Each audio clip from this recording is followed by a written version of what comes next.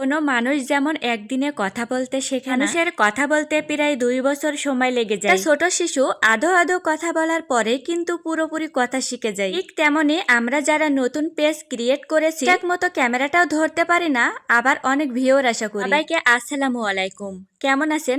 আশা করি আল্লাহর রহমতে অনেক অনেক ভালো আছেন। আলহামদুলিল্লাহ, আপনাদের দোয়ায় আমিও অনেক বেশি ভালো আছি। কিভাবে ভিডিও করতে হয়, কিভাবে ভিডিও পোস্ট করলে বেশি ভিউ পাওয়া যায়, এই সম্পর্কে কোনো ধারণা না থাকা সত্ত্বেও আমরা কিন্তু ভিডিও পোস্ট করা শুরু করে দিই। তারপর ভুল করতে করতে একটা সময় ক্যামেরা ধরাটাও শিখে যাই। একটা পেজে কখন ভিডিও বা ছবি পোস্ট করতে হবে এই সম্পর্কে আমাদের কোনো ধারণাই ছিল না। মানুষের সাথে পরিচিতি হতে হতে একটা সময় আমরাও তাদের মতো শিখে যাই। ছোট্ট এই পেজটা আস্তে আস্তে যখন সবার কাছে পৌঁছে যাই, যখন আপনার কিংবা আমার পেজটা ছোট থাকে তখন আমরা সবার কাছে কম বেশি পরিচিতি হতে থাকি। তখন সবাই আমাদের ভিডিও দেখে, আমরাও সবার ভিডিও দেখি। 5,000 10,000 হওয়ার পরে যখন আরো বেশি পেজটা বড় হতে থাকে তখন আমরা পিছনে ফেলে রাখা মানুষদেরকে অনেক সময় ভুলে যাই। কেননা পেজটা যখন বড় হতে থাকে তখন নতুন নতুন মানুষের সাথে আমাদের দেখা হতে থাকে। এভাবেই একের পর এক কিন্তু পরিচিত মানুষগুলো হারাতে থাকে। সময় আমরা এটাও মনে করি সে আমার ভিডিও দেখলো না, আমি কেন তার ভিডিও দেখতে যাব। যারা আমাদের পরিচিত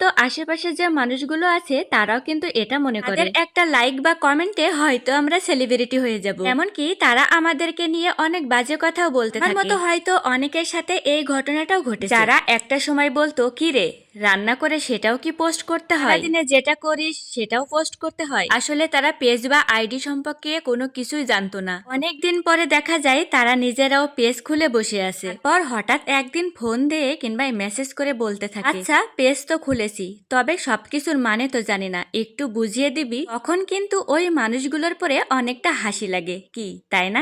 অবস্থায় যেমন আমাদেরকে অপমান করে কিংবা ইগনোর করে, এখন আপনারাই বলেন তো ওই ব্যক্তিটার সাথে কেমন ব্যবহার করা উচিত। যাই হোক, সমুদ্রের পাড়ে দাঁড়িয়ে দাঁড়িয়ে ভিডিও করতে করতে আপনাদের সাথে অনেক কিছু শেয়ার করে দিলাম। এই জন্য বলি কখনো কোনো মানুষকে ছোট করে দেখা উচিত না, কারণ কখন কোন মানুষকে কিভাবে কাজে লাগবে আমরা সেটা ভাবতেও পারি না। আশেপাশে কোনো মানুষকে ছোট নয়, বরং উপকার করে তার আরো বেশি উপকার করা উচিত, যাতে সে মনে মনে ভাবতে থাকে যে মানুষটাকে আমি এত নিচুভাবে দেখলাম, সেই মানুষটা আজ আমাকে এত বড় উপকার করলো। তবে কষ্ট পেয়ে কাউকে কখনো কোনোভাবে প্রতিশোধ নেওয়া ঠিক না। থেকে একটু সামলে নিয়ে ধৈর্য ধরতে হয়। সবসময় একটা কথা মনে রাখতে হবে, প্রকৃতি ছাড় দেয় কিন্তু কখনো কাউকে ছেড়ে দেয় না। কাউকে কোনোভাবে ক্ষতি করলে সেটা একদিন না একদিন নিজের ঘাড়ে এসে পড়ে। সময় আল্লাহকে ভরসা করুন, আল্লাহর ওপর অনেক বেশি বিশ্বাস রাখুন, কারণ কখন কাকে কিভাবে কাজে লাগবে সেটা আমরা কখনো বলতে পারি না। ধনী বা বড় লোকরা যে শুধু আমাদের উপকার করবে এমনটা নয়,